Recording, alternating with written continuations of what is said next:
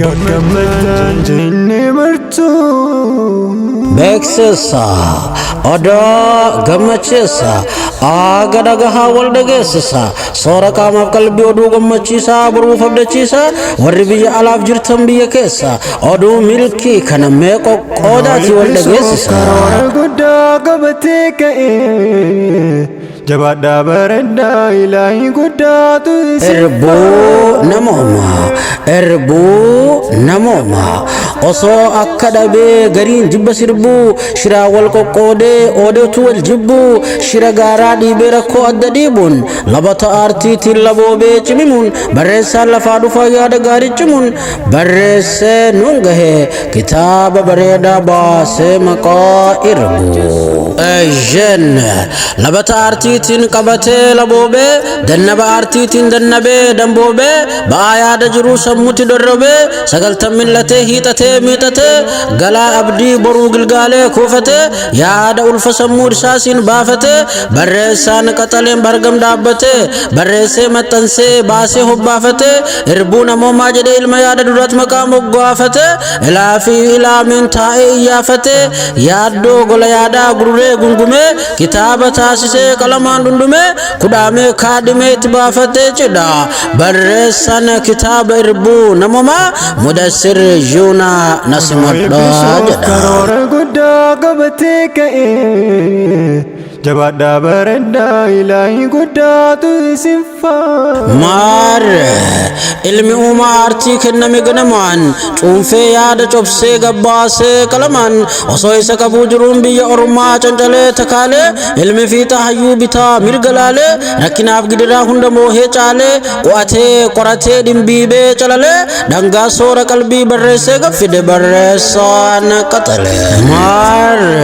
ejjen ilmi sikkoo mandoo arsichi xummuuga fiixaan waaqoo guutuu mallattoon wayyoomaa kan abbarraa bare maalummaa namoomaa baasee buusee bu'uree yaadirmee kalaqee irbuu namoomaa jedhee himaan lafa naqee yayyabee yaada isaa beekumsaan kalaqee of duuba deebi'ee seenaa ambiyootaaf sahaabotaa dhaqee saayinsiif quraana taasifatee wabii kitaabaan barreessee kaa'ee siiraa nabii yaadirmee beekumsaan xiinsammuu kee koobaa warraaqee carraaqee bu'aa yaadan cophaa yaadni seenaa ta'ee kitaabaan barraa'ee wanti raajii kophaa maar ebba kitaaba irbuu namoomaa 2025 Oktoobara gaafa guyyaa 17 akka irraan hafne affeeramtan hopha eebbisuuf karoora guddaa qabatee ka'e jabaadhaa bareedaa ilaahi guddaatu isin ejjen maar ilmoolleen caaleen cumata santaa ture deeroo fiixaan warra guddaa ilmi sadan heeroo keessatti dhalate ilmi ta'e firii barreessaan kitaaba maqaa mudassirii cuunfee kitaaba isaa akkuma kemistirii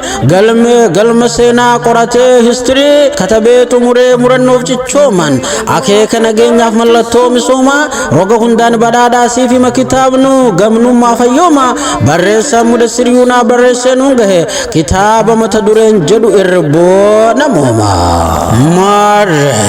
guyyaan eebbaaf geebaa kitaabni irbuu namoomaa taakka lama jedhee qaatu dhufee as gahe maarree iddoon sagantaan eebbaa kun itti geggeeffamu karaa toora onlaayinii appilikeeshinii imoo yoo ta'u 2025 Oktoobara 17 jechuunis jimaata wallee galgala isaa wal argaan markaza nuurul yaqiin haa ta'u isiniin jenna eebbisuuf karoora guddaa qabatee ka'e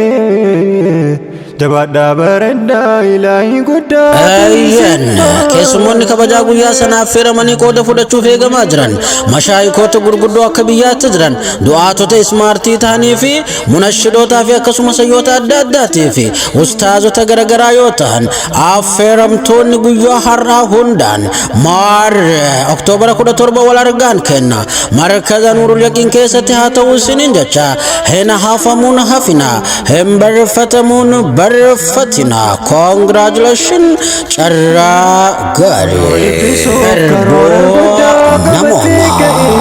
irbuu namoomaa ilaahi guddaatu isin